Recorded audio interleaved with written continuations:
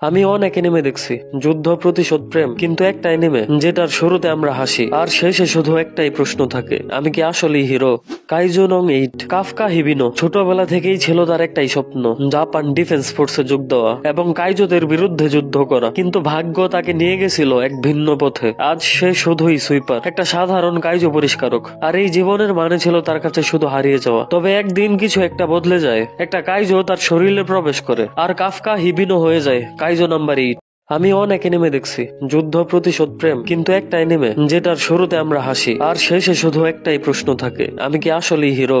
কাইজো নং 8 কাফকা হিবিনো ছোটবেলা থেকেই ছিল তার একটাই স্বপ্ন, জাপান ডিফেন্স ফোর্সে যোগ দেওয়া এবং কাইজোদের বিরুদ্ধে যুদ্ধ করা। কিন্তু ভাগ্য তাকে নিয়ে গেছিল এক ভিন্ন পথে। আজ সে শুধুই সুইপার, একটা সাধারণ কাইজো পরিষ্কারক, আর এই জীবনের মানে ছিল তার কাছে শুধু হারিয়ে যাওয়া। তবে একদিন কিছু একটা বদলে যায়, একটা কাইজো তার শরীরে প্রবেশ করে আর কাফকা হিবিনো হয়ে যায় কাইজো নাম্বার 8।